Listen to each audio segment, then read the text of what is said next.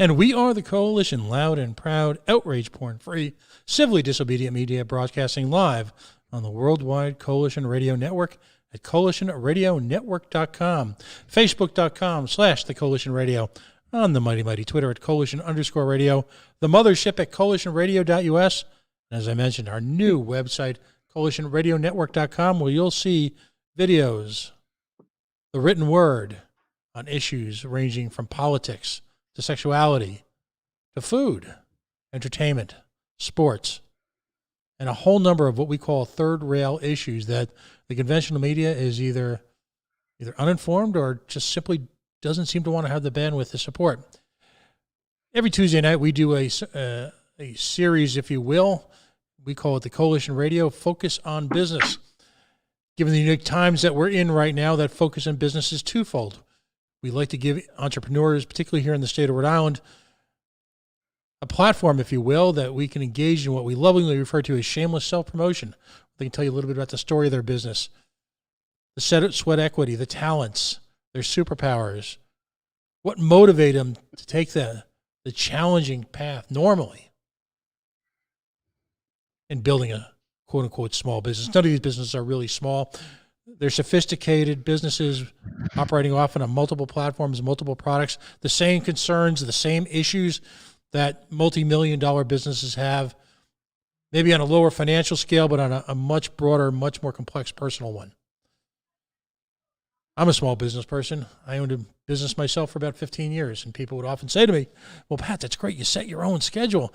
And I finally came up with a response that was kind of tweaked them a little bit, but wasn't as angry as I could be when someone said that. I said, sure, if I'm awake, I'm working. Great. But I love it. And I'm as intrigued personally by the stories of these small businesses, the challenges of the industries, the products, the technology, as most people are by, say, the Patriots, the Yankees, or the Red Sox, or the Bees. Obviously, life's a lot more complicated now. I'll spare you the cliches. This is at a time in Rhode Island where exogenous difficulties have faced challenging times, which has brought existential threats to these businesses. We live in a state, like so many, that pay lip service to small business. How many times have you heard, well, small business is the backbone for fill in the blanks? Folks know that if you listen to these shows at any level, you know that I'm a libertarian. I don't really believe in much government. I really don't believe in any. But this is a case where government broke it. I don't think there's any disagreement that 9 months into this, that we still don't know where this disease is really coming from. And at the same time, we've laid waste to countless businesses, countless jobs, many of them multi-generational, many of them as, well, they've been around longer than we've been alive. So the goal here is we invite a couple of businesses on a week. We talk about them, give them some love, give you an opportunity to find out where you can reach out to these people if you are in need of their goods and services. And at the same time, give them a voice so they can really elaborate in a way that most conventional media won't allow them to, the challenges that they're facing normally and how they've been, well, placed on steroids during the era of dread COVID. Tonight, joining us, two very different businesses, but businesses that I love. Faith Dugan of Faith Dugan Photography from Newport is with us. She does a variety of photograph services. I'll let her get into the detail, both in Rhode Island and all around southern New England. And then Dave Levesque has joined us. He of Brood Awakenings, and I doubt there's anyone in the state who has had an opportunity to stop in a Brood. It's a coffee shop in one sense, a coffee house, but it's also full-service dining in a number of their locations, cocktails, adult beverages, prepared lovingly by local Rhode Islanders with local Rhode Island ownership in a manner that is truly Rhode Island in style. So both of you, I want to welcome you tonight and thank you for joining me. Thank you. Thanks for having us. Faith, I know you're on a little bit of a deadline tonight. Tell us about, first of all, I have a daughter who's an artist, a full-time artist like yourself. How did you discover your love for photography, and what got you into that? What grabbed you, if you will, to make it your life's work? Sure. So that's a great question. I always loved art, loved to draw, loved to paint, but wasn't really great at any of that. And so the things that I had in my mind never really came out on the paper. And I picked up a camera and it just, no pun intended, it just sort of clicked because what I was actually seeing was what the result that I was getting on the back end. So it was something I just gravitated towards, and I went with that. I was in a career in tech program at Rogers High School. Gave me an apprenticeship with a local wedding photographer. So at 16 years old, I was assisting a very well-known photographer in our area. I went to technical college for specifically for photography. I opened up my business when I was 19. That was 15 Wow. years ago. And being in Newport, Rhode Island, that is what we do. We're so fortunate to have so many venues, so much variety, whether you want to be on the docks of Newport or you want to be in the Newport Mansions, or if you want to be in a farm somewhere in Exeter, or you want the city vibe in Providence. We have a lot of looks and feels here, and we're so fortunate to have that. So this is what we do. We do hospitality, we do events, we do service-based product, and that's what we're known for in Rhode Island. So you do primarily still photography? Yes, I do all still photography, no video. And so literally your customer base can range from the corporate to, I would imagine in Newport, some fairly exotic, fairly impressive weddings. Oh yes, I did a wedding on the World Ship. If any of your listeners are familiar Wow. with that, that was probably the most high end event I've ever done. I mean, Newport's had the Jennifer Lawrence wedding last year, where Kim Kardashian's mother was in town. We did the Bachelorette wedding. So we have. I wasn't included in those celebrity weddings, but we host them, and Right. many of my colleagues, the caterers, the florists, perform those events. So we're an international famous wedding destination. It's not just local. We're international. Right. And we're talking about magazines who are, if you will, influencers, Town and Country, Travel and Leisure, are all pointing at Newport as really a signature city to have an event in it, aren't they? Absolutely. I mean, every many brides want that Newport stamp on their wedding. Absolutely. Hmm. And we'll get into the economic impacts of that in a little bit, but talk about, if you will, some of the challenges of your business. Number one, few few industries have as rapidly changing a technology base as yours does. How much of yours is digital SR? I mean, how much film do you actually use anymore? What are some of the techniques that you work with? Yes. So I was really fortunate that when I broke into the business, digital had really taken over the industry. So I've been all digital since 2005. There are a lot of people who are going back into film. I'm not one of them, but if someone wants to go and do a wedding on film, more power to them. That's amazing. But I'm all DSLR, Hmm. Canon. I edit all myself. It's probably the bulk of what takes up most of my time. I probably spend about 5% of my time actually taking pictures, and the rest of the time, editing, processing, and dealing with clients and timelines and those kinds of things. Right. And so you find yourself having to be both the artist and the technologist. Oh yes, absolutely. I do it all. We do it all. Wear lots of hats. Bridal Hmm. therapist, wardrobe coordinator, stylist, everything. We do everything. Right. Now, how, within the Newport, I'll call it the bubble, if you will, that is Newport, that Newport ecosystem. Uh, I would imagine there's a great deal of referrals, collaboration, teamwork going on. How pervasive is that in the state? Absolutely. I mean, we know, the wedding business is, we're the smallest state, and then we're our own little pocket. So we're very collaborative. We all know each other. We're a great group. We've really come together through this entire situation. We were always really kind of a close knit group, and now that we're all in it together, Mhm. Right. we're even more connected than we ever have been. I mean, we have a group text going all the time, just, bouncing ideas off each other and looking for help and answers and, oh, what should I say to this? And all these kinds of things. So we're a great little network. I love my coworkers and colleagues, even though I'm kind of a sole proprietor, lone wolf over here. I love getting out and actually working events and being around others. And I Mhm. don't do just weddings. I do, like you see, I do, pet photography, headshots, family photos, newborn pictures. So I do a little bit of everything. Excellent, excellent. Do you work primarily alone? Do you have staff supporting you? Particularly, well, let's say pre-COVID So when you were busy. yeah, yeah. So pretty much, if unless you're having me at your wedding, it'll always just be me. I'm very hands-on. It'll be, me answering your email, phone call, doing all the meetings with you. And if you hire me for your wedding, you'll have I have a second photographer with me that also takes photos where I just can't be in two places at once. Excellent. And if you can give folks a sense, everyone, the reason I ask this is because a lot of folks just aren't uh, don't have an orientation, if you will. It's- they're just not focused on running their own business per se. Many people go their entire lives very Mhm. happily working for large organizations or even smaller mid-sized organizations, content, have fulfilling careers, but they choose not to go the Mhm. route of the self-employed.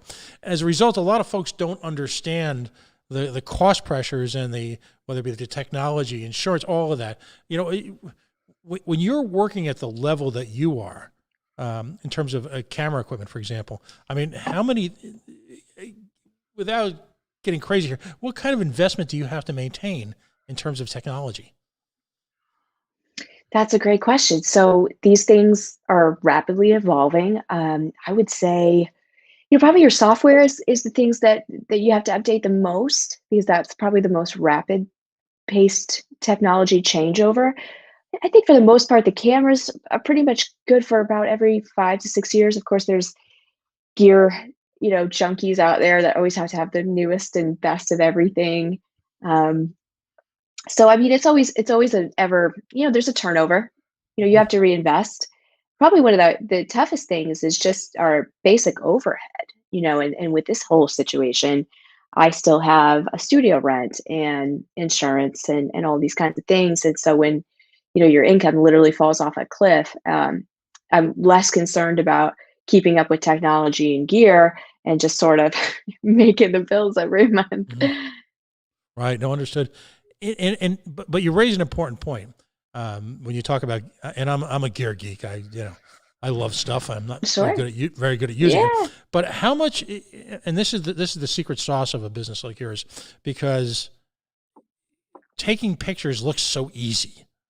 How much of Yeah. your it really they make it look really easy in the commercials. They do.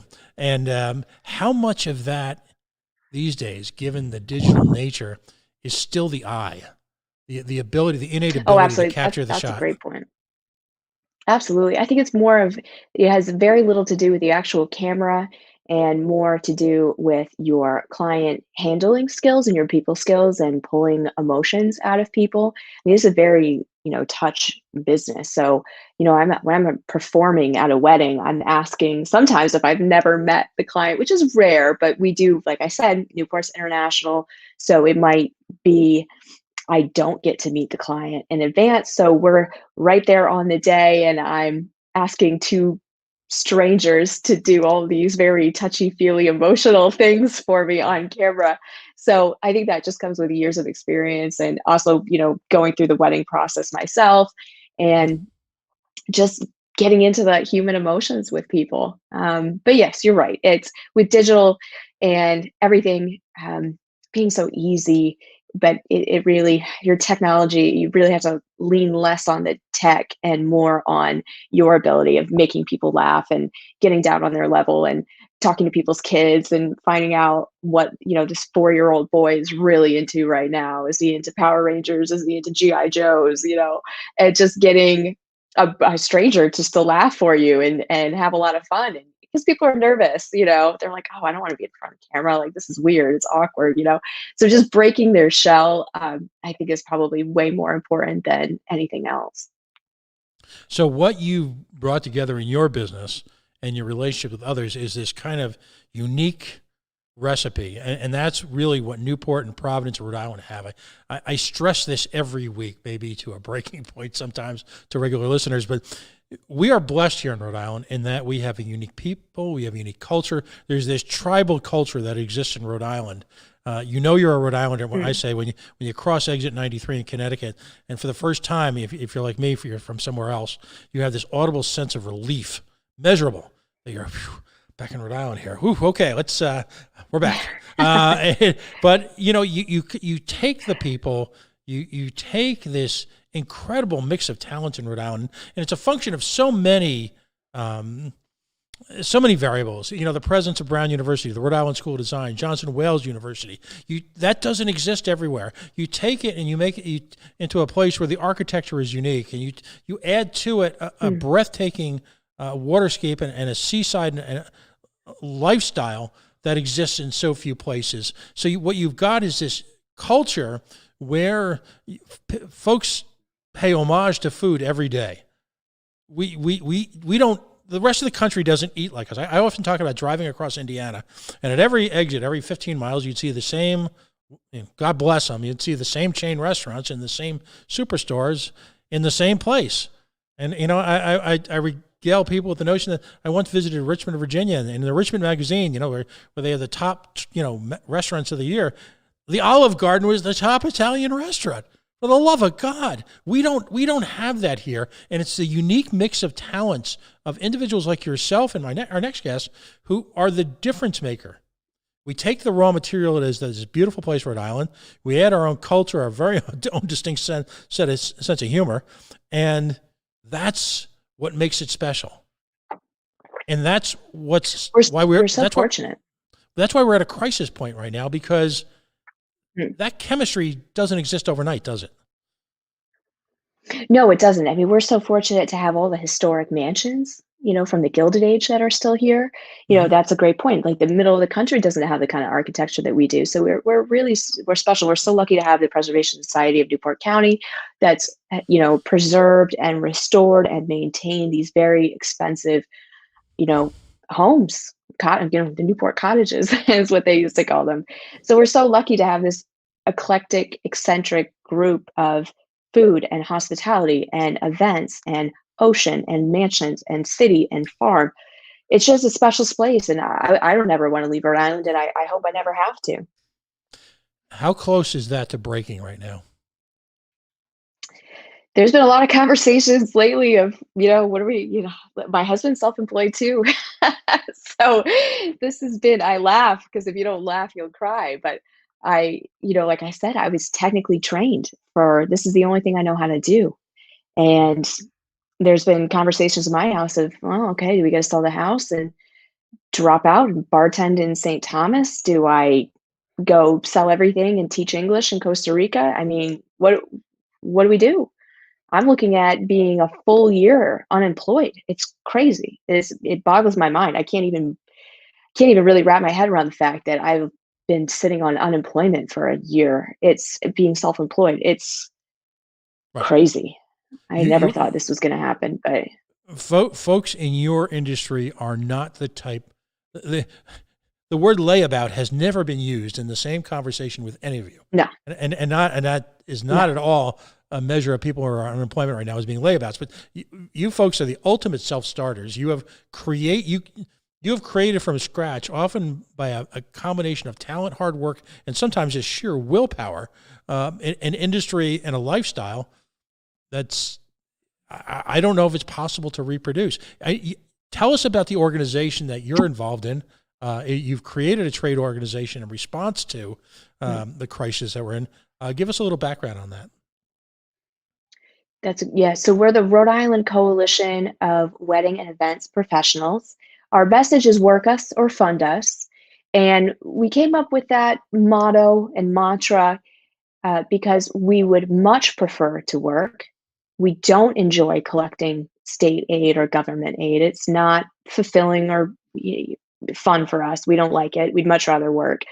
But if we can't work, we need financial support. You can't shut down an entire sector and put hundreds and hundreds, if not thousands, probably 1,500 of us out of work.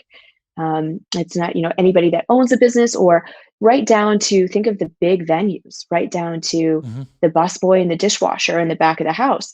So this weddings are not frivolous parties. They are life's biggest moments. And without that, life is just, grocery shopping and paying your bills and picking your kids up from daycare and all those kinds of things. So we create your life's special celebration. So at the end of your life, when you're looking back, you're not going to wish for a fancier car or a nicer cell phone. You're going to think about your wedding day. You're going to think about your rehearsal dinner, and you're going to think about your baby shower. And we're the ones that put those events on for you. Right. And we're honored and we're privileged to be a part of those celebrations. And we have a lot of fun with you guys too. We love our jobs and we can't wait to get back to it. Sorry to get emotional, but it's an emotional business, and I miss it. I miss it a lot, and I miss my coworkers, and we really want to get back to it. And we have a plan, and we have safety protocols in place. We have a whole bunch of ideas. Luckily, since all of our rallies, we had 2 of them in December, and thank you so much for joining us for one of them.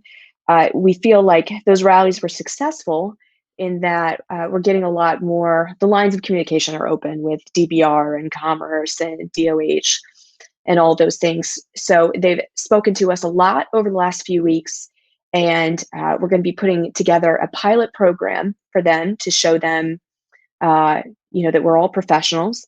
The caterers and anybody that's handled food or alcohol through catered events has worked with the Department of Health for years, since the very, very beginning. Right. So we know how to work with Department of Health and food safety and all these things. So we have that. We've got that down. We know how to do that. So let us show you how we are going to keep everyone safe at these events. We've talked about a COVID safety officer.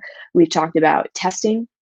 The state of Rhode Island would like us to do day of testing, but we would like to do maybe 24 hours or 48 hours in advance, where we'd be testing everybody, including the vendors and all the event professionals. Mm-hmm. We'd like a little bit more notice, because it would be very problematic to be an hour prior to an event starting, and then, the DJs tested positive, or the photographers tested positive, and then I would be, in the parking lot going through my Rolodex, calling someone for a fill-in. So we'd like to do that with at least 24 hours notice, so that in case one of us does test positive, we would have ample time to find a replacement, because this is a once-in-a-lifetime event. Or say the bride tests positive, then we're not having a wedding. So these are all things that we have all talked about amongst our coalition members, and we're finally starting to get to be able to discuss them with the powers that be of the state of Rhode Island. So we're thankful for that, and happy that our rallies were successful and our voices are being heard. Yeah, your rallies were phenomenal, because they had a little bit of a gee whiz technology, but what's so important for organizations like yourself, and I've worked, as you can imagine, with dozens of activist organizations, and the ones that stay focused on the actual issues with a I wouldn't say a tinge, but a healthy dose of emotion, but that are actually able to deliver a cogent, coherent, accessible message about the impact of their issues, the human effect of their issues, are the ones that are going to be successful. And you folks have done a phenomenal job of that.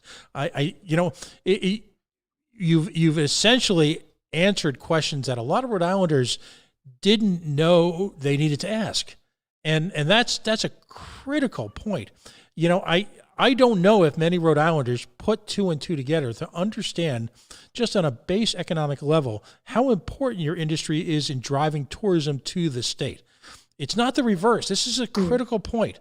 The state, people aren't coming to Rhode Island and then saying, hey, let's do a wedding here. In the sense that, you guys, your folks, whether it be the travel agents, again, all the people you've described, there's an immense, I'll call it an environment, if you will, an ecosystem of industries that are interrelated, that are bringing people to Rhode Island, often for the first time. How many times have folks you've met, family members, for example, who say, wow, I'd always wanted to come to Newport, but this is what brought me, and I'll be back.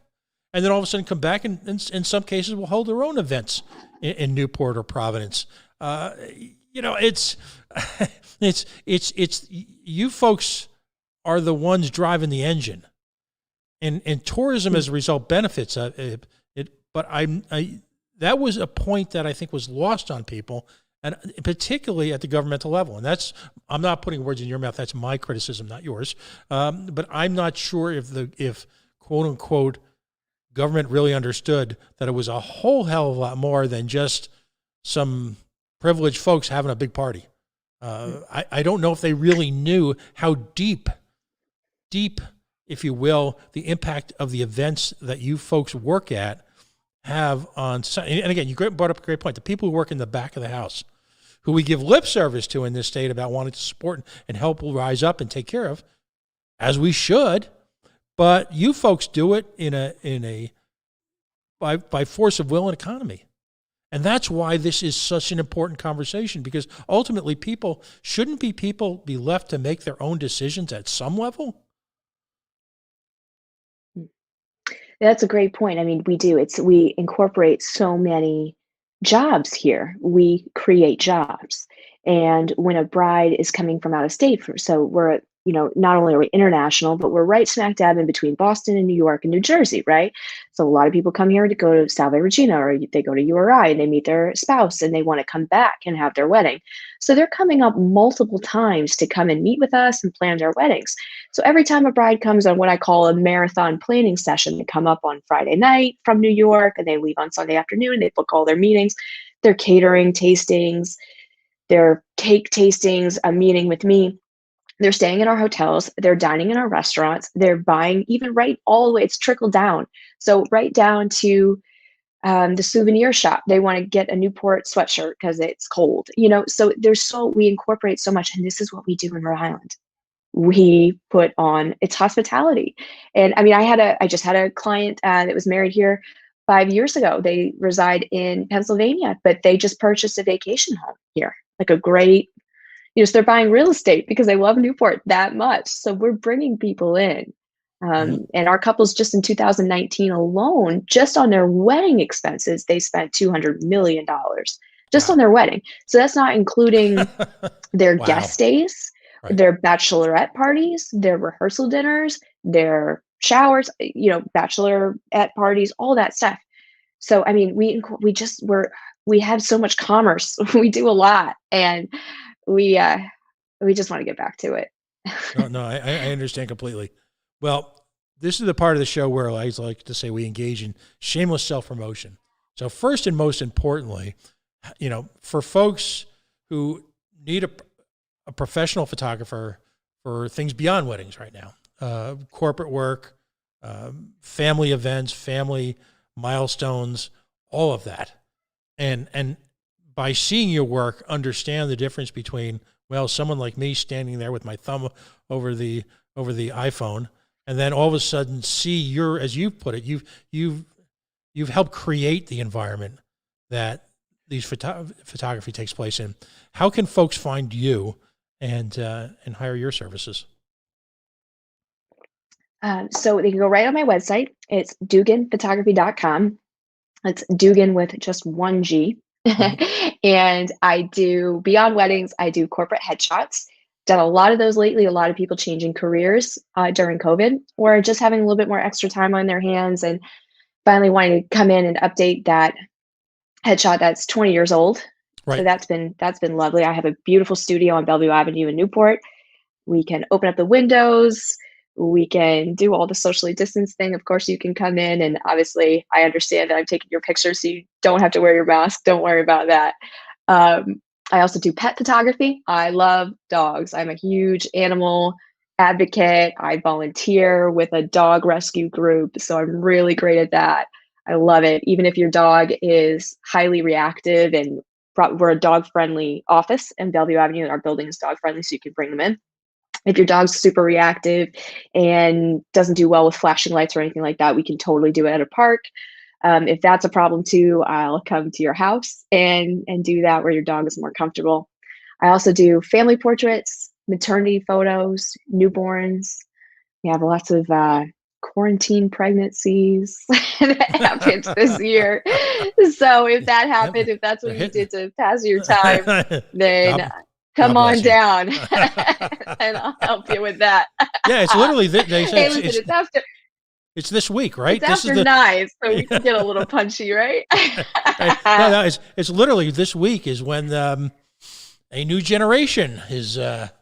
I don't think any of their middle names will be COVID, but yeah, no, that's God bless America. We're calling them the quarantines, I think, in about The quarantines. 15, the 15 years they're going to call the next generation the quarantines when they Ooh. turn 13, I think. Wow, that's outstanding. Outstanding. And again, Isn't that great? Well, we try to make the best of it. there you go. And by the way, that's you folks. In the multiple times I've had conversations with all of you, the sense of humor and purpose that you're able to maintain during these times is a testament to Rhode Islanders. You are the backbone of Rhode Island. The fact that you can still somehow manage a way, despite the best efforts of many and all the things working against you, land on your feet, reinvent yourself, be creative, be political, engage positively with the government, give them a little bit of a lesson in economics, is just wonderful. There will be many quantum changes in behavior as a result of this. I don't think folks will ever take the combined skills and talents of your organization lightly ever again. I don't think there's any doubt at this point, and that's a testament to all of your hard work. How can folks find out about the coalition? Sure. So they can go to RICWEP, that's ricwep.org. That's our coalition page. Mm-hmm. And they can take a look at that. We've got a really well put together website. It's got some of our, RICWEP. It's quite the acronym there, but that's all of us. And we've got our message on there. We have our safety protocols, all of our plans, what we want to do to take care of you next year. Safe structured events. Safe structured events is the name of the game, because like we've heard, we need structure, because when people are in home environments, that's where we see this virus being spread. And what's going to happen, and we've already seen it in 2020, that people cannot, this is just human nature, if people cannot have the wedding that they want inside of a venue, then they're going to pitch a tent in the backyard, and they're just going to go for it, and they're not going to follow the rules, and they're not going to follow state guidelines. So that's human nature. That's what we're up against. So we want to get these weddings back into licensed caterers' hands inside of a venue where we can have these structured events and get us all back to work. So that's what we're trying to accomplish here. We've got that safety protocol in place, and we are going to be working on that pilot program, also known as a mock wedding. And we're going to get all of us, I think we're all excited. We're all excited to get dressed up and fake a wedding. Basically, we're thrilled. We're event professionals. So we do events. This is what we do. And that's why our rallies have been so great, because we plan and execute events in a great professional manner. So we want to go ahead and do that. And we're thankful that Commerce and DBR and DOH are all talking to us, and so that we can have those lines of communication open, and we're going to tell them what we're going to do and keep everybody safe and having a great time next year. That way we can pay our taxes. So take off from that couple of years. You have my permission. Listen, thank you so much for joining me tonight. I really appreciate it. Pat, thank you for having me. We will get together again soon in the next month or so, and just do something on photography for 45 minutes and really get into the nitty gritties, because again, like our next guest it's an activity that the amateur can engage in, have a lot of fun with, and then start to respect the differences between a professional photographer, a professional chef, a professional restaurant, as opposed to what they kind of pull together. And once you gain access to that type of perspective, that's when everything changes. So Faith Dugan Photography of Newport, but servicing really all of Rhode Island and southern New England, doing wedding photography, but also all types of corporate photography, stills, pets, family weddings, events. Folks, again, the mantra here is we need to support ourselves. Rhode Islanders need to reach out to Rhode Islanders and, again, help the tribe. Help us all kind of wind through this. Our best support will come from each other, not from outside sources. Our understanding and our empathy and our respect can only grow during these difficult times. Let's focus on that as a positive and get life back to whatever normal will ever mean again as quickly as possible. And the first way that you can do that is find a way to employ a local Rhode Islander, find a way to support their business in any manner that you see fit at whatever level that you personally can afford. Faith, thanks for joining us. Thank you so much, Pat. And Dave, it was great to meet you as well. I'm going to see you in South County Commons and your Johnson location, where I frequently am up there doing those adoption days with the dog rescue. And I live down here in South County, so I'll come see you guys down there. Thank you so much. Have a great night, everybody.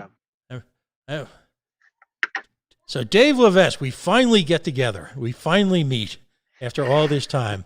Now, in the spirit of full disclosure, as folks know, I run a political organization along with a great group of people. And our early events were held at this place called Brood Awakenings. And they have this, over on Ball Hill Road, they have that spectacular meeting room. And the proprietor of this new place was willing to use that room for the benefit of all sorts of folks in the community.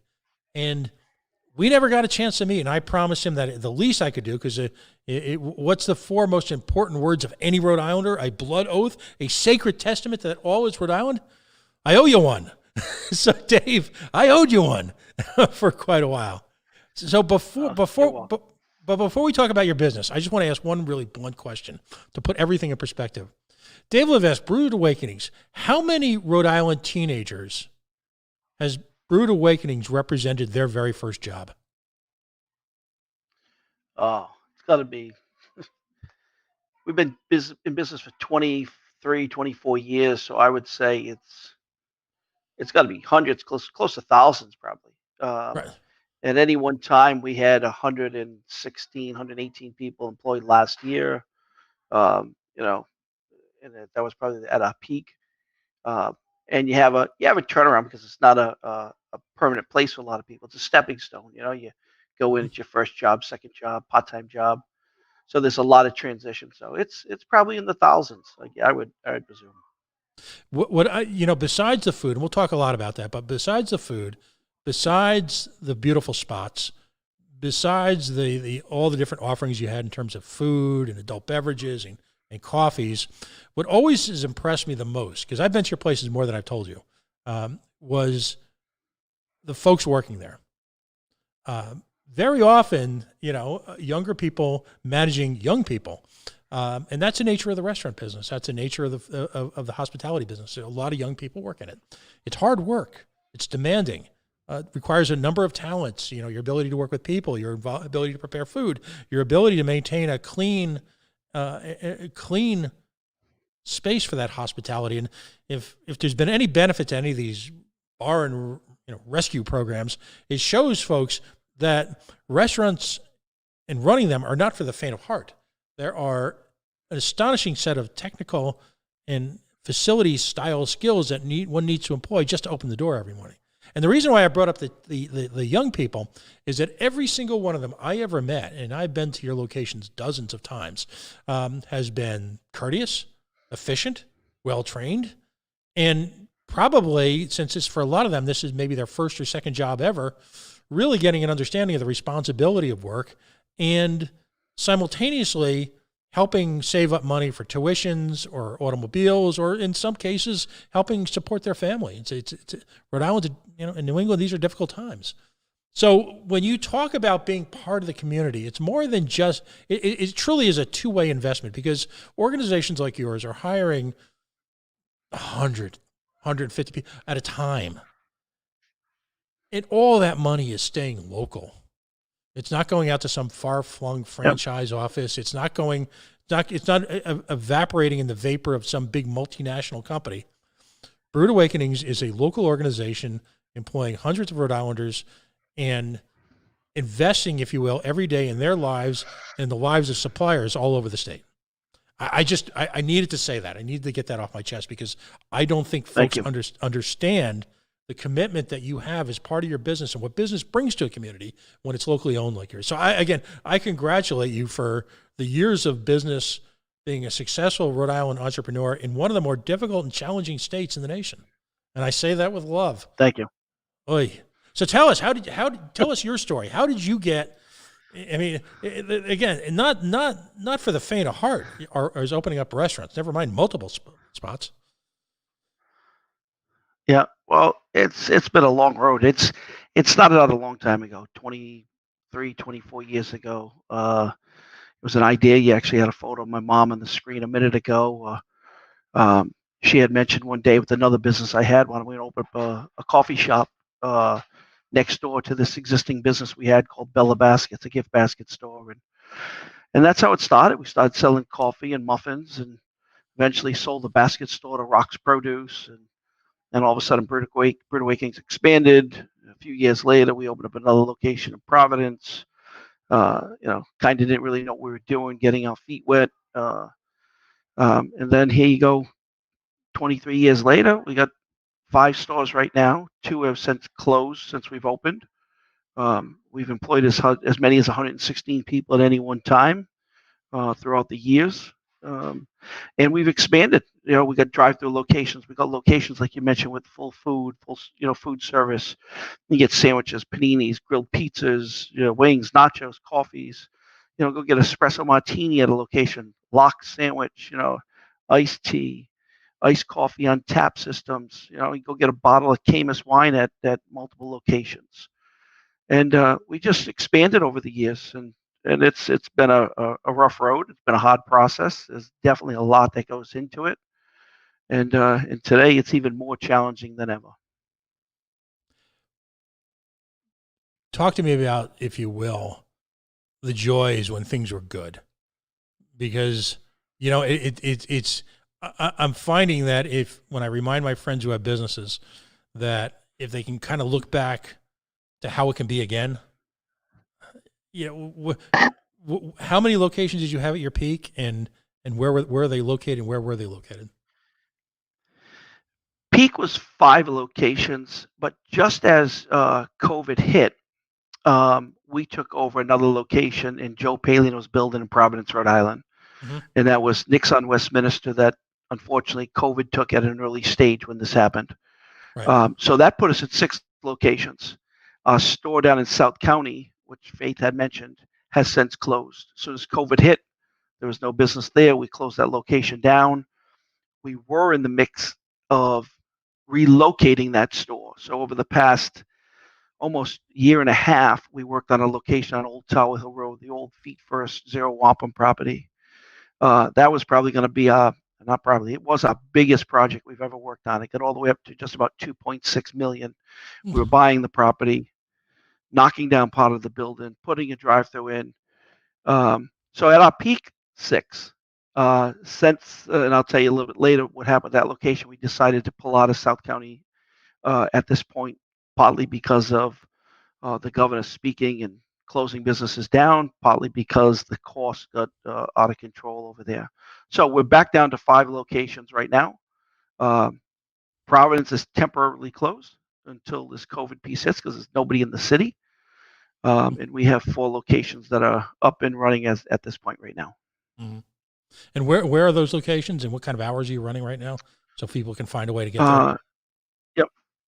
2 of the locations, the original store, they're located in Johnston. We call Old Johnston, the original one, 1395 Atwood Ave. Mm-hmm. 1 mile up the road on 1577 Atwood Ave, we opened up our Cherry Hill location, corner of Atwood Ave and Cherry Hill. Mm-hmm. And then we opened up on Pontiac Ave in Cranston, so as you get off of 37, opposite 37 from Tasker is where we're located there. If you're heading towards Garden City, the end of Sockanosset Crossroad, that intersection. Mm-hmm. And flagship store, which is in Warwick on Bald Hill Road, about 8,000 square feet. That's Route 2, right next to J. Kaplan Jaguar, across from Best Buy and Olive Garden and a few other restaurants over there. And then most recently, we put a really good deal together with Joe Palino in his building at the old Nick's on Westminster. We took over that. We've modified that location to be a Brewed Awakenings and what we're going to refer to as a bistro. That'll be our only store that'll have a full-blown kitchen with grills and different things that we can even add more food to the menus once we kick that location open. So Interesting. to Johnston, Cranston, Warwick, Providence right now. There's a few other that we're looking at. We're looking up in Smithfield. Just got a couple things for Mansfield, Massachusetts. There's always something in the iron in the fire for another opportunity. And we might be back in South County if something happens, if we can put it together. But that one we had to pull out of right now. One of the things I like to talk about is the impact of businesses like yours on other businesses in terms of what supplier base that you draw from, because that's a critical part of if you will, the Rhode Island economy, and it's often understated. It's when locally based businesses buy from other businesses of Rhode Island, the velocity, if you will, of money, and it's a very simple equation. You buy produce, or you buy coffee, or you buy fill in the blanks from a local supplier. That local supplier then is able to reinvest in their business, hire people, and they, in fact, if they're a producer of a particular product or food, that they are able to reinvest in their business, and they are able to hire people. And then, of course, the effect as it whizzes around our local economy can be astonishing to watch, which is why privately owned businesses are so important, why government, we'll save the lecture for another day, but why government does not create economies. Government does not really create jobs. Government takes money away from wealth producers like you and Faith, who hire people, hire services, buy products. So your supplier base, in terms of where you draw from, can you give us a couple examples of what you buy locally? Yeah. Locally, I Am Monday Dairy, one of our big suppliers. We've been doing business with them 15, 18, 19 years. Mm-hmm. And with us, once you get in as a vendor, it's really hard to peel somebody away to get in the door and take over business. We're very loyal to our vendors. Mm-hmm. So they're one example of a company that they're good to us, we're good to them, and we've created a nice relationship. And that's all our dairy, our eggs. We crack fresh eggs for every sandwich that we make. That's an egg sandwich. There's no frozen patty eggs like you get out of that Dunkin' Donuts place, and not to put them down. They're great. They're a great organization. I hope someday to be somewhere even close to them. But they're a great local company. We buy our cheese from them. A bunch of different items. Like I said, yogurts and milks and eggs and lemonades and different things like that. So they're a great company. They're local. Another one is Coffee Purveyor, excellent coffee out of Pawtucket, Rhode Island, the Capus family. They're just a great family. They run a great organization. They're neat. They're clean. They're squared away. They got they reinvest into their own business. They got good people working for them, and they're our coffee supplier. We buy from them. They're it. Another guy is Rui Pereira. He's a local company. The product we get for espresso that comes from him. He's a local guy, a Rhode Island business. Obviously, his espresso comes from Italy, but that's another local guy. And then there's other vendors, some local companies that we buy biscotti from that deliver this smaller based, places like that. But those are a few of the more prominent vendors that we use. Another vendor that we use that's really good to us, it was mainly a little regional business. It was brought up by the Perkins family. It's now been taken over by GFS Gordon Foods. But it started out as a local regional type of business. They're a big purveyor of ours, and they're out of Massachusetts. So we still consider them local and a great company as well. Right. And again, so if folks are listening or watching, imagine then, if you will, the trail of money that flows because someone comes up with a great idea and executes over a long term a restaurant concept like yours, and how important that is to, you mentioned your amount of the folks who produce dairy. You are, I've got to believe, a critical customer to yours. And let's just say this generically, because you guys are going to rebound from this in a manner that's going to take Rhode Island by storm. But ultimately, if business A spends a lot of money on business B, and then all of a sudden business A downsizes or God forbid goes away, that isn't just one store, one family business, one tragedy. That tragedy, and it, in a sense, I'm saying this not to the people of Rhode Island, because we're all of that, ham and egger type. We all dig deep, But what I have to say to our government is the impact is profound. The impact Yep. that creates a trail of tears and pain throughout Rhode Island as each individual business has to step back just a little bit. Opportunities lost, maybe forever. What what do you have to say about how we talked a little bit about the show and the first couple of months no one was really going on. What do you, if you could have a sit down right now with the Sullins, if you will, of Rhode Island, what would you say to them in terms of how we've conducted ourselves as a state during this period of time? Well, I would say, like I've told everybody since day one, I think the first 30, 60, maybe even 90 days, you had to give everybody a break, and no one knew what was coming. You kind of got blindsided by this in those first couple months. And so whatever anybody did was great. But once we got outside of that, this has been handled pathetically.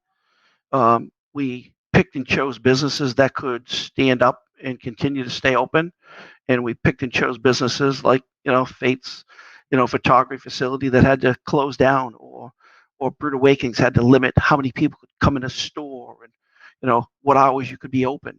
We used to be open, you asked before, we used to be open till 8, 9, 10, 11 o'clock at night. And sometimes even Warwick, even later. We had events at multiple stores where we had entertainment license. Our old Johnston store, you could go there on any given night and we'd have 50, 60, 70, 100 people singing or dancing, or, or karaoke or a comedy night. That's all gone. We don't have a store open beyond 6 o'clock right now. My Warwick store closes at 6 o'clock. My other stores, Cranston closes, I think, at 4. Cherry Hill's 5. Old Johnston's 2 o'clock. Our original store's been there 24 years. We're debating whether we even keep that one open or we close it down for 2, 3, 4 months until this all comes back. We're losing $2,500 a week at the old Johnston store. So what would I say to the people that are running the government? It's pathetic what they did. They should open up all businesses in the restaurant community. Outside of the medical community, we do one of the best jobs of keeping things clean, sanitized with our procedures far before this COVID piece ever came in. Now we're better, there's no doubt. All restaurants, I don't care which one you go into, there might be one or two you could scratch off the list. Everybody has pulled tables out, separated tables. We've added in all of our hand sinks are touchless now. And if there's not, you got another one or two that'll be done over the next couple of weeks. I mean, that's a cost of thousands of dollars to change each one of those over. Right. So that you can even be cleaner than what you were before. And here it is, you got a governor that shuts you down, the Commerce Department that says you got to be shut down, but yet you can stand in front of the grocery store clerk with that conveyor belt spinning around with people spitting and choking all over it all day long with their tomatoes and bags of cheese and chips and everything else, and walk over 3 feet and you're in front of a little piece of plexiglass where you're going to be really safe there. Then to the right, you got the bagger right next to you bagging. That's okay. But you can't have a bar at Cello's and sit and serve somebody a beer? It's ridiculous. So the way they've handled this has really picked and choose. We kept the liquor stores open. We kept the big box stores open, but we shut down the restaurants. There is no sign that restaurants are the cause of any sort of outbreak anywhere in Rhode Island. We had 2 people in 9 months that worked for us that actually got COVID, 2 young people. It was minor. It was no big issue. Each of those times we were forced to take 11 people off of our payroll. Not off the payroll, out of the store. We still had to pay them, which we hopefully get reimbursed down the road. But take 22 people out of a small business, where now we're down to only 60, 65 workers at any given time. It's almost impossible to stay alive. We had to shut stores down. We had to manipulate and move people. So the way they're handling this now, it's absolutely pathetic. I'll tell you, we saw Gina go out along with other governors, but we saw Gina go out to a wine paint night. What she did was great. There's nothing wrong with that. That's what everybody should be able to do. Right. Everybody's social distancing. We're paying $1,500 a month to store furniture that we had to pull out of our store at a storage shelter. Just to accommodate the social distancing with tables. The cost that not only my restaurant, but a lot of these restaurants are bearing is enormous. Right. And there's no real financial support. I'll tell you about that in a minute too. So I'm not happy with the way it's being handled now from everybody up there, even the people I like. There are situations now, particularly with, and I don't call it the pause that we just went through. I called it the purge. And I called it the purge to be sarcastic, but also because we know that there are businesses who did not make it, who are, hanging on by a string, every cliche imaginable, on the verge of a nervous breakdown, who the purge ultimately pushed them over that edge. There is no scientific proof that purge did anything, accomplished anything. We're back right up now where we were. We're amongst the worst in the world. And there are reasons for that, none of which have to do with this sort of, make up the rules as the day goes along and how they treat a private businesses. And I just want to stress, I love your reaction to this. From where I come from, the world I speak of, private business is a mutual consensual relationship. You have a store. You sell really good coffee. Other people like coffee. And by the way, the reason why I'm speaking like a teacher to a first grader is because that's somehow, this is me personally saying this, not my guests, how you have to explain this to people in government. The last time I checked, you weren't running up onto Route 5, grabbing people out of their cars, dragging them, kicking and screaming, and then making them have a cappuccino, were you? I didn't hear any accounts of that. No. So while I'm being intentionally silly right now, it's a mutual relationship where people should be free to make their own decisions and deal with the consequences and the benefits. And the notion that somehow an industry, to your point, which has always been held to an extreme for cleanliness, and again, witness the bar rescue TV shows where, the guys walk in, suddenly sweep into your business with little temperature probes and, testing water and, looking at underneath sinks and a level that's almost impossible for people to maintain in their own private homes. That's an accountability you've had to have for 20 plus years. Yeah. And I'm going to be really graphic here. Damn it, your places are far cleaner than anything run with the Rhode Island Department of Education. We put our children into schools with filth. And we're not going to allow you, who has an astonishing record of simply doing the right thing because, it's the right thing to do. And a lot of restaurants like yours, yet we're going to hold you up to a level that is virtually unattainable. Yep. I don't get it. I mean, what is that spiritually? I'm not trying to go emotional here, go Oprah on you, but spiritually, for someone who is, again, I've worked for myself. I know how hard it is. And that I certainly didn't operate a business at the level of Brood. What does that say to you spiritually every day when you got up every morning with the responsibilities that you've always had, and now they've been amplified? It's heart wrenching. It's heartbreaking. It's not only me. It's the people that we can't employ anymore. You mentioned the businesses that we do business with, and that trickles down. Your bug guy, your lighting guy, your locksmith guy, all these other people, your friends and buddies that are in the restaurant business that you just see peeling away and closing up. And great operators, people that have done a great job. And here it is. You had a few people up in the government, in our case, the local government run by Gina Raimondo, picking and choosing who should be open. She's had more outbreaks in her party, in her office, and people she's surrounded with, including the health department, than we had in Brood Awakenings. And we got tens of thousands of people that come in every single week. Mm-hmm. She don't even sanitize her own mic and stand that they go spit and choke on all day long. But yet, you can't have somebody sit at the bar and get a beer. It's ridiculous. So it's heartbreaking. You were about to tell me what the next what was your next level of frustrations you were about to elaborate on?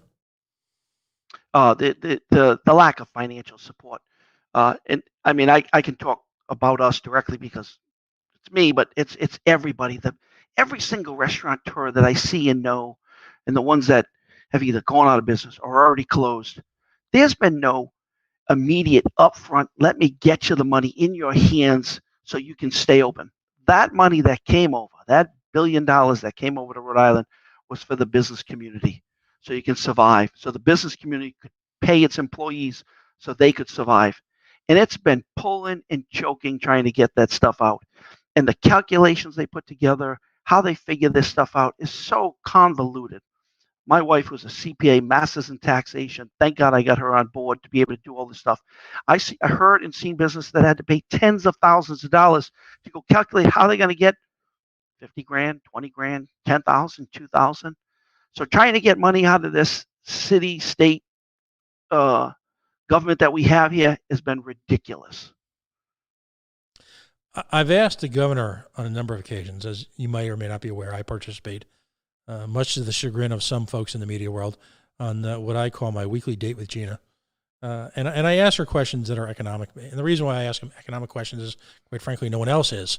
And I'm an economics geek. I'm not an expert. I just simply play one on the radio, right? But ultimately, I'm looking at the dollars and cents. I often talk about shared sacrifice, which is intentionally ironic if you're a libertarian, because you look to the individual, not to the community per se acting in concert with each other. You look to the independent actions of the individuals involved, which create a far greater symphony than anything government could orchestrate. Do you sense any shared sacrifice at all from our state government? Where's the shared sacrifice? They go to work every day. They get paid every day. They get their money no matter what. They keep going. That's not happening at most of these restaurants. These guys have had to close down. Are we fortunate that we've paid attention and we have some resources? Absolutely. We never thought something like this would happen. We'll get through it, but we're still having it hard here. We still had to let people go. We lost opportunities. We lost locations. We have locations closed. We have locations losing money. And there's no shared sacrifice. We got to notice that our Cherry Hill location, they gave us so much money, we don't know what to do with it. I told my team, listen, we're settled. We got so much money with this last thing she put through. We got $500. Sweet Jesus. What are you going to do with $500? It probably cost you that to apply for the goddamn money. My Cranston location, we just redid that store. We did a full renovation. It was closed because we could not get people to work when this COVID piece was hit and they were overpaying people to stay home. So we decided after renovating another location, that's it, we'll renovate this location, which we did. Came beautiful. But we had no people to open it. Even if we wanted to, there were no people there. Last month, when we were closed, we lost $22,000. The month before, we lost $22,000. There was no more PPP money. There was no more forgiveness on loans. There was no more, not having to defer your debt or your loans with SBA. That had all ended. Mm-hmm. We lost money. You know what we got for that store? Zero. You know why you get zero? Because you weren't open. Because you weren't open, you get nothing. They don't take in fact that you're losing money. Did they help a couple of our other stores? Yeah. Johnston, we got about $29,000 for. We're supposed to get some money for Warwick. It's going to be in the 20s. We haven't received it yet. But there's been no shared sacrifice. They held on to that money forever over there until the last minute. Instead of saying, hey, we're going to dole out money to the Cellos and the Cafe Nuovos and the Capriccios and the little guys and keep people going, they held on to that money every single day as long as they possibly could, reaping in the interest and trying to figure out how much money they can use to close the loopholes and the budget problems they created from day one. I can't run my business like that. Yeah. And there they were. Is there shared sacrifice? No. And there they were. I got into a little bit of a back and forth, if you will, with the governor, talking about, the pause, as we call it here, the purge. The purge was mitigated by the money that they were going to be spending on the purge. And here's the challenge, just by note of explanation. I'm up there. I get a couple of questions in. it isn't the Pat and Gina show. I can't monopolize that much time. But the question that they refused to answer, and Mr. Shikarchi was on the media recently, and I challenged him, the money that they gave out during the purge as a sop, if you will, to independent businesses like yourself was money that they should have given out, I don't know, 4 or 5 months ago. So Yeah. It's not like this money's, and here's the point. So people say to me, well, you're a libertarian. Why do you want, they broke it. They need to fix it. They continue to take money from us for their own purposes, their own crony purposes. And they won't allow us to do business. How much, and I'm not going to, far from it be to take a shot at the landlords because they're in the same position as everybody else. They're getting screwed. But is your landlord going to cut you, get you out of a lease early? Probably not. Who's going to lease it from him? We've had no break from a landlord. Zero. It's survival of the fittest at this point. Yeah, one of the properties we own, the other 4 are all leased. But fortunately, we've been able to, with the help of the original PPP loans and our business, be able to get through those pieces. But listen, even that loan that they came out with, which was $2,000 to $10,000, the grant, we applied for. You know what they said? You can't apply for that for all 5 locations. It's for one. You're joint owned. So because I own all the locations together, they're all separate corporations, you can only apply for one. And you can only get between $2,000 and $10,000. So what do I split? $2,000 between 5 stores? We got a few $100 each. We split $10,000 between 5 stores. We get $2,000 each. It's ridiculous. Never mind. You know what I got? 0. I didn't even get $2,000 to $10,000. I got 0. And then one of the other loans they had, it was 3. You could get up to 3 businesses could get money. That original when they came out was $15,000. We got that, but only for 3, not for 5. We limit. So listen, it's tough, but yeah. Go ahead. I'm sorry. Yeah, I'm just saying it's tough. But you go back to, is there shared, pain and suffering with the government versus the businesses? Absolutely not. I don't see people being laid off over there. They should be getting pay cuts. Yeah. There's no money going into the government. There's no sales tax going in, or sales tax is down. The food tax is gone. It's down to minimal. That 1% that the local cities and towns aren't getting it. So if that's the case, why don't we give everybody in state government a pay cut? Yeah, and that was my point. I even said, no one's looking to crucify the people who are making $15 or $20 an hour, doing whatever it is they do. Those people are the salt of the earth.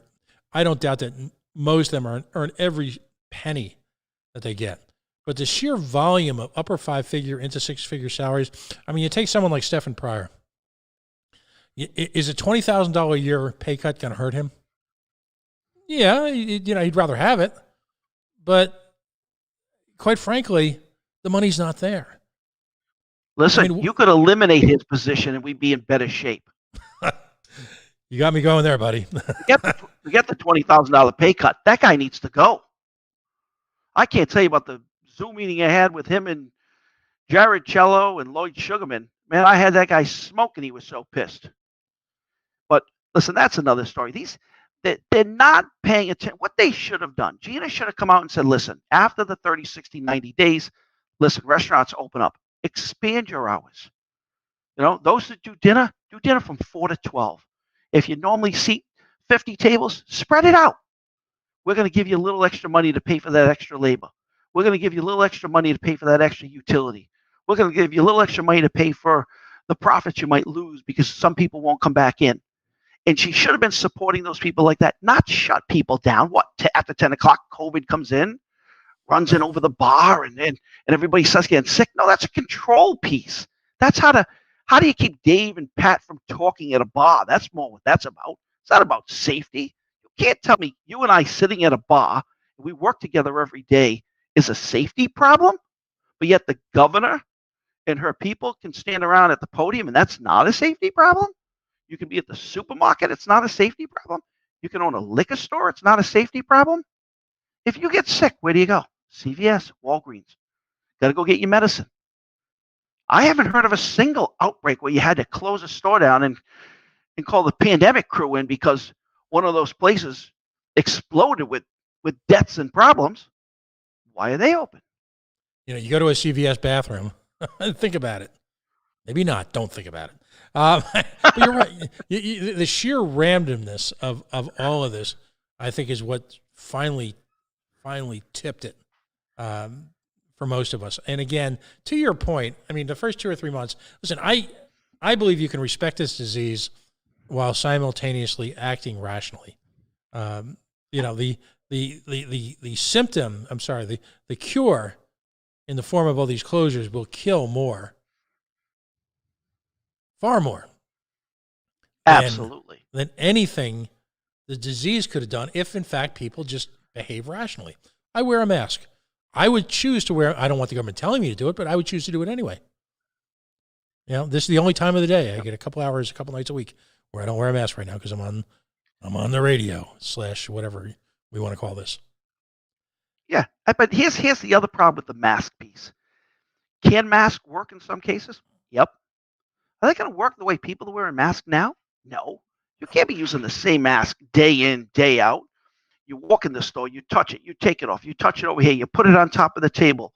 People aren't following what a mask situation should be like. If you go into a hospital, they put the mask on, they don't touch it again. When they're done, they throw it away, it's gone. That's the proper use of a mask. Mm-hmm. That's not happening. You see people walk around, they got spaghetti sauce on the mask. It's dirty. It's all ripped apart. It looks like it's been in and out of their pocket 65 times. It's on the dashboard, on the floor. Now they're sharing because they don't know whose mask is whose. Is that yours? Is that mine? We're not. Because it looks good. It sounds good. It's an image thing.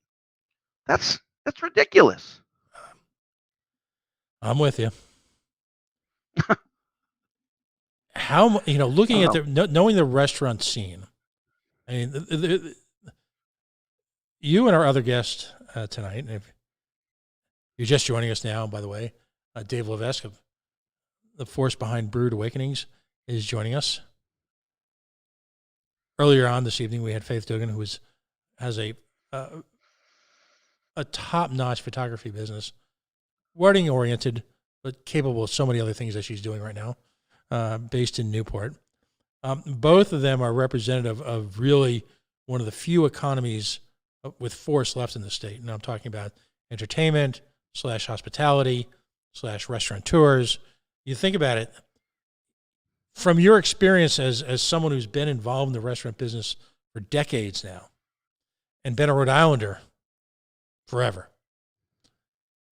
there isn't much left in Rhode Island in terms of industry. Jewelry industry, long gone. Shoe industry, a faint glimmer in our grandparents' past. Ultimately, the costume jewelry business is even gone. The only thing left in this state is healthcare, because we have a rapidly aging population. The only thing left in this state is government. And the only thing really left in this state after that is what you and Faith represent. That sort of mass mixture of hospitality, restaurant business. What happens to this state once you guys are gone? I don't know. You're already seeing people leave. I mean, you got people moving out. You got businesses closing down. There's no way some of these guys are reopening.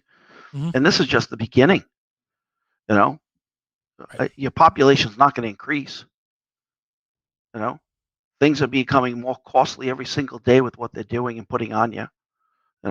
I don't know what's going to happen. I mean, we think every day, do we want to expand more in Rhode Island? I'll tell you, one of the reasons we pulled out of that South County deal, and it wasn't that we were afraid to spend the money. Originally, we were putting $2.2 million into it, went to 2.3, then to 2.4. We were comfortable there.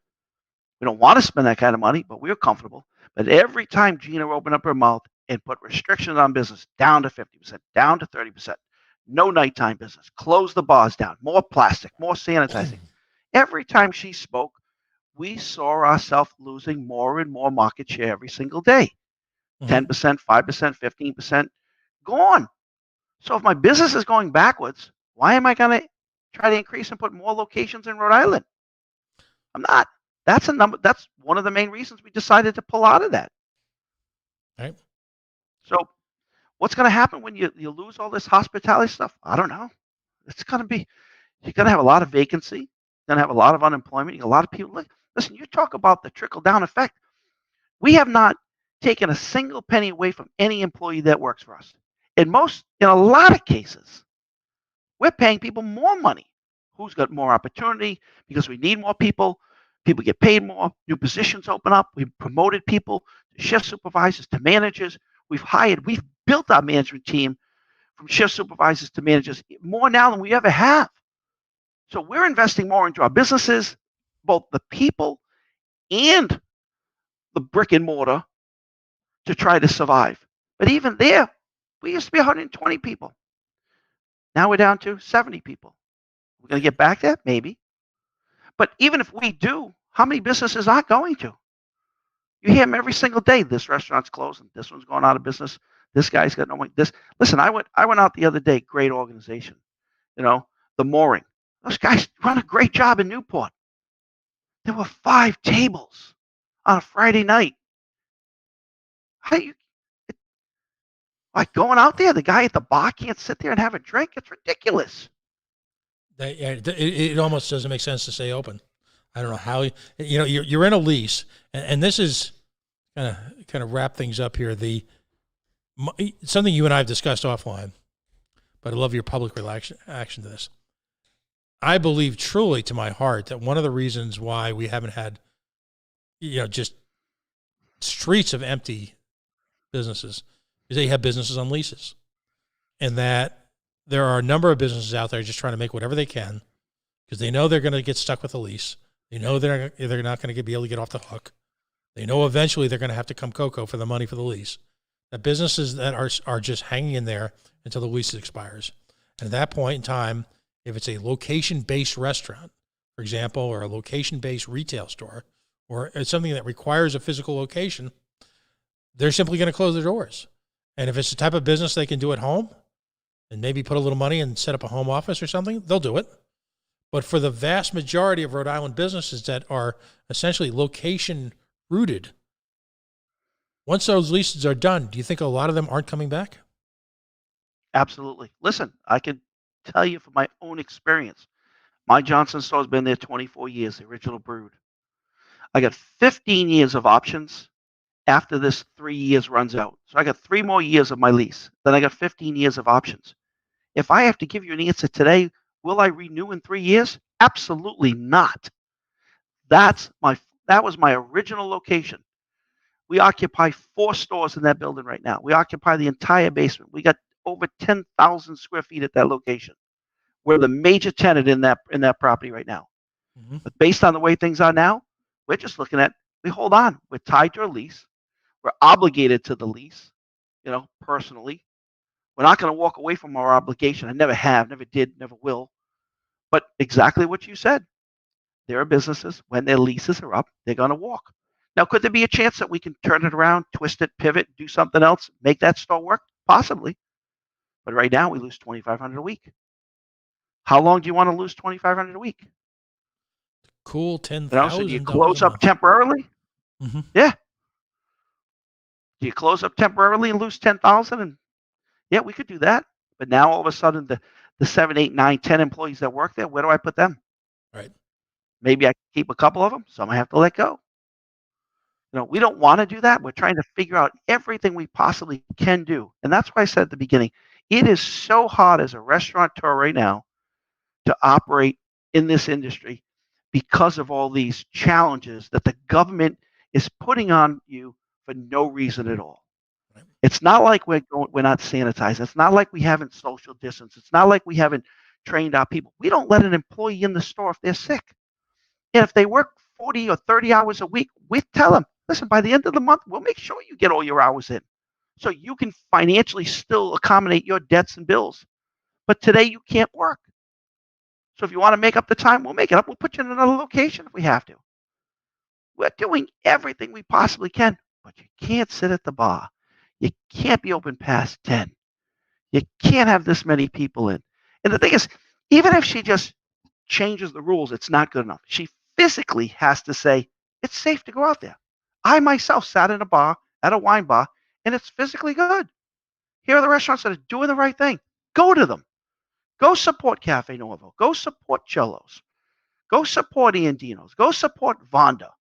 Go to these locations. Go to support the Coast Guard House or Turo Joe's. Go out there. But if you don't have the governor standing up and telling people to go out, what? Because she says now it's 50%, it's okay. People still Right. not coming. The Mooring Restaurant, that's a major company. When you got 5 tables in there, that's a problem. We love that place. But nobody can survive. You can't, I don't care how much money you got. You can't hold on forever. Right. Eventually, the smart people just say, you know what, see you later, and walk away. So you're right. When leases start peeling over, people will be making choices. And it's not going to be, oh, we're all just going to reopen and be back to normal. It'll be doors closed and people gone. And these are some great people. There's this old Shirley Temple movie. And first of all, I want to thank you for joining us tonight. I really do. This was very, very provocative, both of you. Not only are you outstanding business people who really do the Lord's work and contributing to the lives we have here in Rhode Island, but I think you both brought a very human perspective to this. But there's this great old Shirley Temple movie. I forgot which one. God knows you can't watch most of them now. They're so politically incorrect. But there's this moment where, and sure for folks who were born long after Shirley Temple graced this mortal coil, she played this little toddler baby, and things were desperate. It was at the height of the Depression. And all of a sudden, halfway through the movie, as they say, she breaks through the fourth wall. She comes out and opens the curtain and says, "Everybody, I've got good news. The Depression is over." And this whole Busby Berkeley style dance production that ensues for the rest of the movie, happy pace. I'll never forget it. Happy times are here again. Yeah. And but that's not the real world, because when I look at your restaurant there in Johnston, your anchor, if you will, you are the anchor to that mall. I'm going to leave this thought for tonight. How many businesses in that mall have profited simply because you're there? And very often, because you can, listen, if you drive down Route 6, you can see it. And please, if you're in that area, go to Brew. Don't go to Dunkies. Dunkies will be okay. And quite frankly, you'll be the first real cup of coffee you've had in probably a couple months, all right, at Brewed. But, you how many people pulled off into any one of you? I look at your facility in Warwick, spectacular building. How many people, your facilities are destination facilities. Not only do you bring money and wealth to the people who work for you, and yourself and your all related families and your vendors, but the halo effect that businesses like yours create wherever they operate cannot be denied. And unfortunately, what we need here in Rhode Island at the state government level is an economics intervention. I suggested this once to Mr. Filippi a few years back when I was testifying, as I often do, before I think it was the Judiciary Committee. And I said to him, what we're going to do is we're going to lock the doors, and we're going to give everybody an economics book, and we're going to make everyone read it, and they can't go out to the bathroom until they're done reading the goddamn book.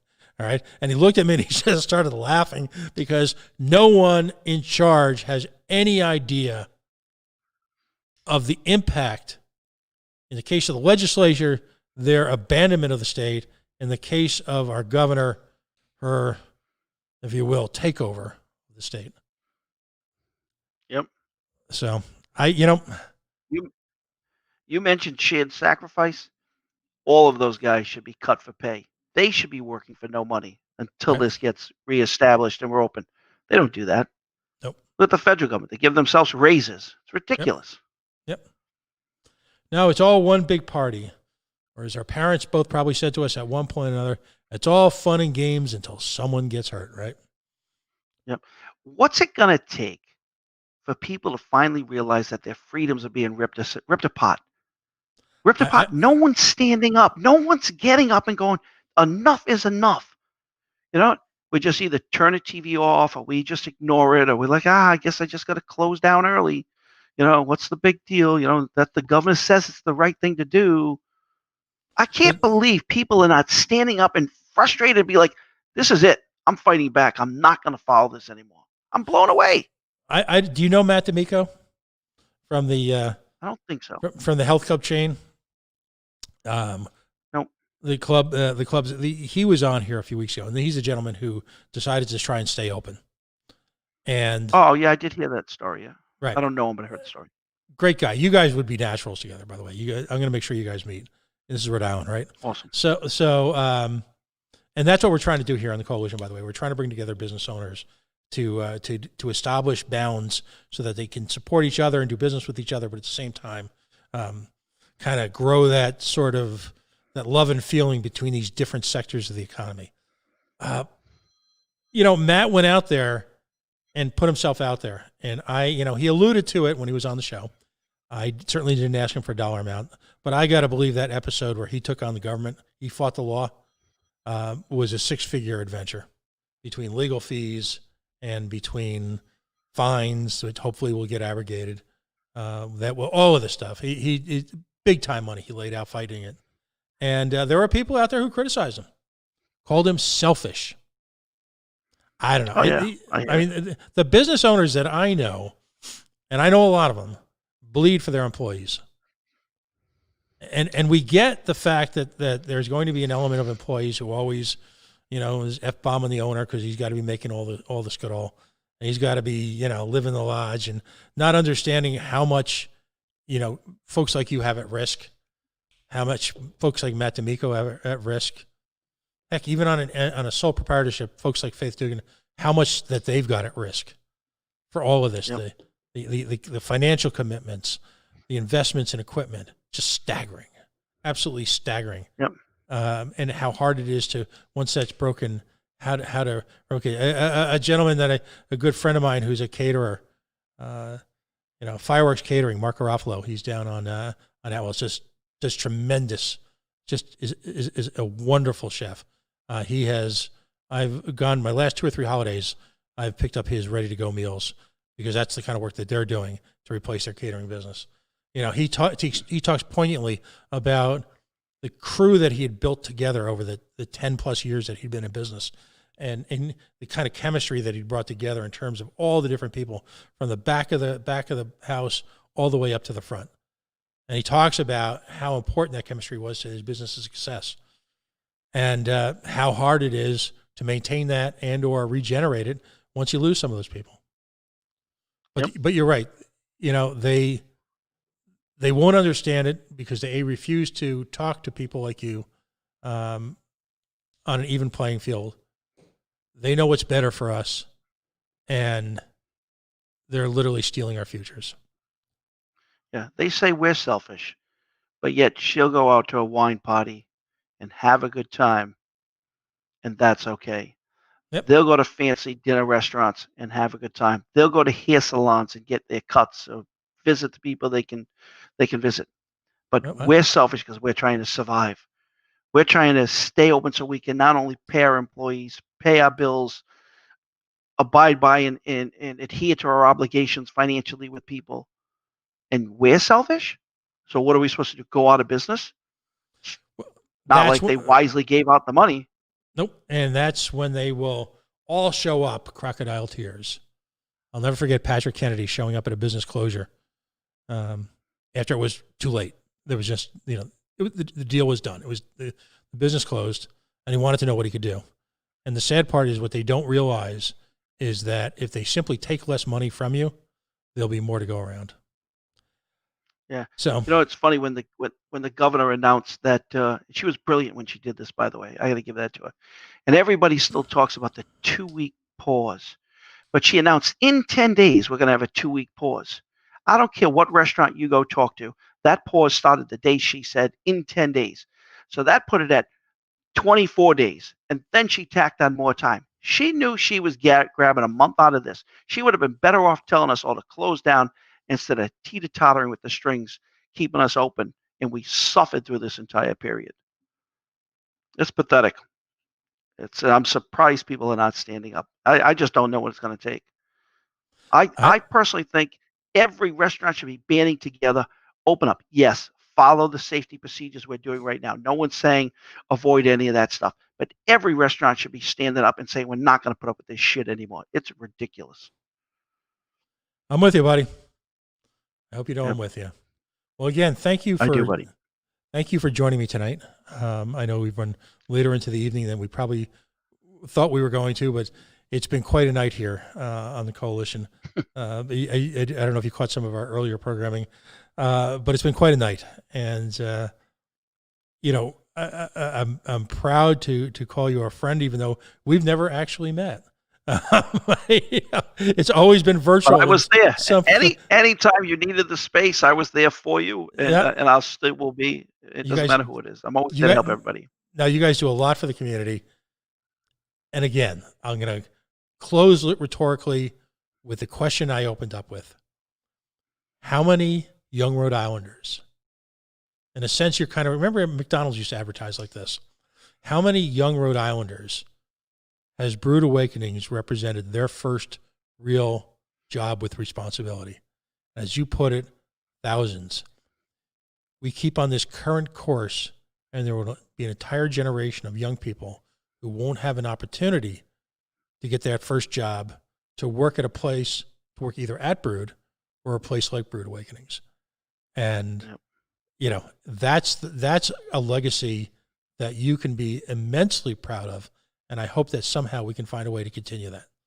So again, thank you for joining us tonight. And let's get together again in a month or so, and hopefully you're happier times, and we can do some, what we call here, hashtag food porn, where we can either go to the shop and take some pictures in real time, or actually interview at your store where people are lined up, and the Busby Berkeley types are singing "Happy Days You're Here Again," and people in Rhode Island can do what they always want to do, which is go out, have a muffin, have a cup of coffee, maybe with a little anisette, and just sit there, stare at each other in shock, and then do what we do best, argue with each other, right? Absolutely. Cheers. All right. God bless you. All right. And let's stay in touch. Let's talk soon. Thank you. Thank you very much. Great show. All right. Bye-bye. We are the Coalition, loud and proud, outrage porn-free, civilly disobedient media, broadcasting live on the worldwide Coalition Radio Network here at coalitionradionetwork.com, facebook.com/the Coalition Radio, on the Mighty Twitter at Coalition_radio. Folks, it's been a long evening, but we've covered a lot of turf. This will be sliced and diced, and we'll have this back up on the web tomorrow. And again, thank you for spending the evening with us. Tomorrow night, 7 o'clock, Ramp. Tina Peterson, host, I'll be joining her. We'll have sort of a year in review on some of the shows that she's had landmark stuff recognized by none other than, Governor Gina Raimondo this past week with an award recognizing her contributions to folks who are facing physical challenges, to folks who are overcoming immense obstacles, warriors like her who are just incredible examples for what you can do. Stay tuned. We'll see you tomorrow night at 7 o'clock.